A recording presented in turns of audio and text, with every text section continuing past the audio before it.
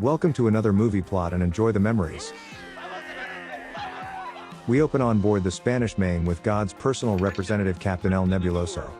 At least that's what he calls himself to El Segundo so that he doesn't have to bring their booty back to the King of Spain.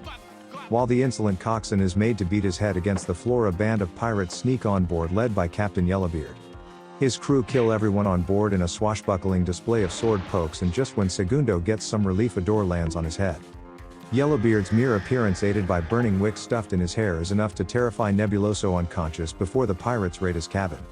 The captain doesn't like his first mate Moon touching his treasure, so he slams a chest closed but accidentally severs off the crew member's hand. Moon attaches a hook to the stump, which is mandatory for a pirate, and continues to sail with Yellowbeard while he kills 500 men according to the scroll, or 5,000 if you ask him personally. 5,000 dagos and frogs. The captain was eventually betrayed by Moon and imprisoned for tax evasion of all things at a penitentiary for the extremely naughty.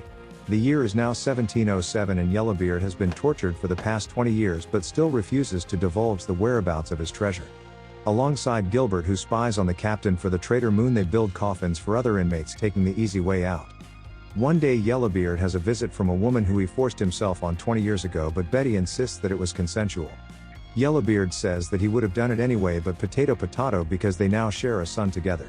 He's a horticulturalist, so Yellowbeard is disappointed that he hasn't killed anyone, but Dan's more disturbed to learn how he was conceived. His mother runs a tavern where Blind Pew keeps an ear on the bar and knows a double when he hears one. He's an informant for Clement, the Navy commander, who travels to Lambourn Hall to meet the Queen. It's hard for Lord Percy and his wife Lady Lambourn to find good help, so she chases away some gardener pissing on her imported hedges. The commander is introduced to the Queen, who's a rather large bullish woman and is recommended to stand up window. Anne's associate Lady Churchill takes a liking to the commander, so she agrees to have Yellowbeard's sentence extended by another 20 years. Clement simply knows that when Yellowbeard is told he isn't receiving a pardon, he'll escape prison and lead them to the treasure. In a fit of anger, the pirate does just that and hides inside the next coffin to be taken out through the front gate. Moon helps Gilbert break out and they follow Yellowbeard to Betty's tavern, where he's come to retrieve his treasure map. The owner was hoping for a shag, but the pirate was just getting changed and hasn't got time for that. He threatens to nail Betty's tits to the table for destroying his map, but she tattooed it on Dan's head when he was a baby for safekeeping. Commander Clement and his right-hand man Mansell enter, so Yellowbeard avoids them by leaping out the window and running away. The government agents question Blind Pew, who heard the fibrous crackling sound of 80% Hessian go upstairs only a few minutes ago.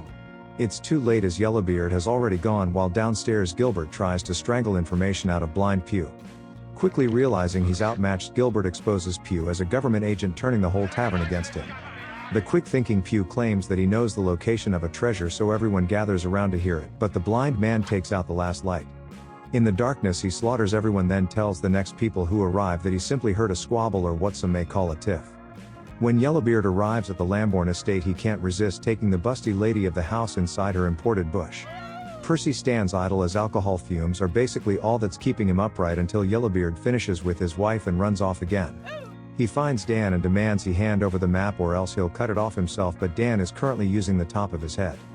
Yellowbeard tries to scalp his son, but he's convinced to let him join the treasure hunt, otherwise the map might decay over time. Dan was raised as a gentleman by Percy, who Yellowbeard tries to have him murder to prove he's pirate material, but he can't do it. He just convinces his biological father to spare his adoptive one's life because he might be useful for something in the future. When Clement's men arrive, the two smuggle Yellowbeard to Dan's teacher, Dr. Ebenezer Gilpin. The botanist has developed a poison that paralyzes instantly, but Percy drinks so much it's hard to tell him apart from his regular state.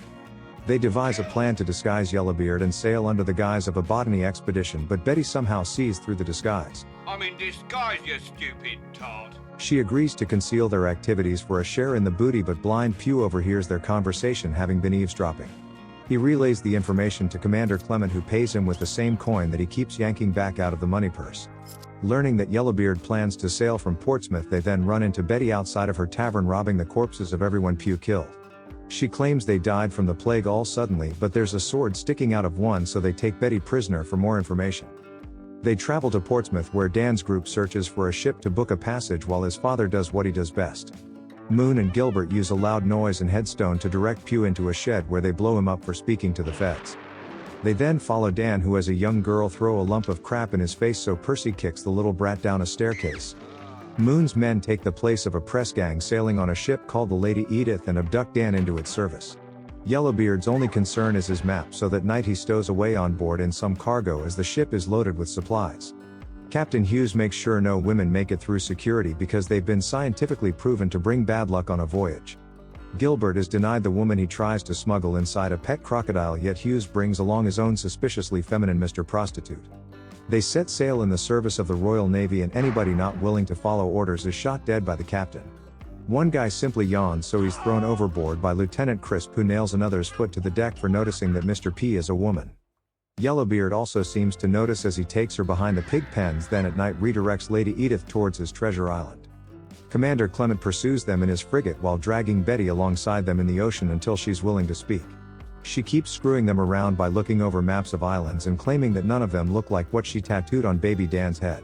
Because of this, she gets tormented by David Bowie in a shark costume until she reveals the island's direction. When they finally catch up to Yellowbeard, however, the agents aren't able to send word back to England because they've cooked the messenger pigeon. To preserve the secrecy of their mission, the English raise a French flag, but now Lady Edith thinks they're an enemy and opens fire. The frigate outguns them, but Clement needs to know where they're sailing, so orders the cannons to be aimed either too low or too high.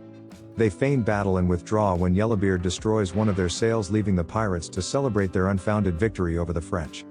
The only person on board who notices Gilbert spying on them or Yellowbeard stowed away is Percy, but he just attributes it to his drinking. By the time they arrive at the island, Moon has mutinied and installed Dan as the new captain so that he can lead them to the treasure. Yellowbeard swims ashore ahead of the rest, who remain behind with the ship, planning to steal the booty when Dan's group returns. As they traverse the jungle, the pirates get ambushed by Segundo's forces, who capture Dan and bring him back to their fortress. El Nebuloso lives here with his daughter Triola and has built a new torture machine surrounded by a pool of acid in the basement.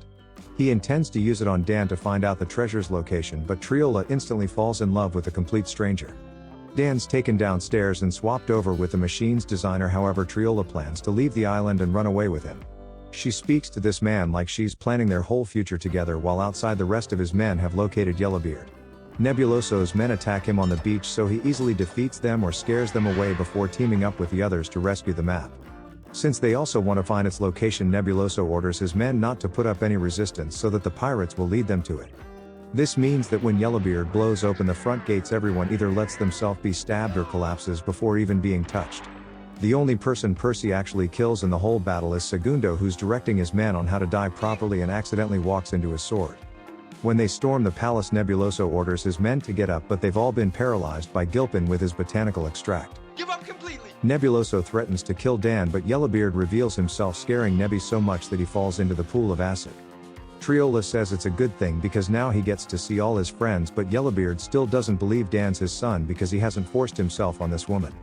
Just then Moon's crew tries to ambush them, so Gilbert's tripped into the acid and the two sides have a swashbuckling sword fight.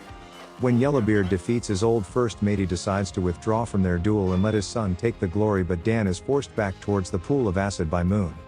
Just as Dan wins by disarming the traitorous Moon, Triola pushes him into the acid and receives all the praise that Dan should have received. Meanwhile, Betty tries to guide the Navy's Marines from her recollections of the map with steps like crawling and staggering because Yellowbeard was drunk when he wrote them. Dan finds Yellowbeard searching for his buried treasure but causes him to lose count, so he slices off Dan's hair to check the way. The pirates locate his treasure chest and dig it up, but while celebrating their newfound wealth, Dan inadvertently stabs his father. Only a true Yellowbeard partakes in patricide, so he acknowledges Dan as his real son before collapsing to the ground. Dan has killed his father just like Yellowbeard did his own, and when Clement arrives, he congratulates the boy for defeating the dreaded pirate. He claims the treasure for England, so Triola immediately falls out of love with Dan and is all over the island's new richest man. Dan runs off with his little bald head while the English imprison Gilpin, Betty and Percy before sailing back to England. On their journey, Clement contemplates keeping the treasure and settling in the Americas instead, but Dan and Yellowbeard seize the ship. They release the prisoners and Triola immediately falls back in love with Dan, but Dad says we have some pirating to do. The final scene shows Yellowbeard raising the Jolly Roger above the frigate as the pirates sail into the sunset. And the movie ends.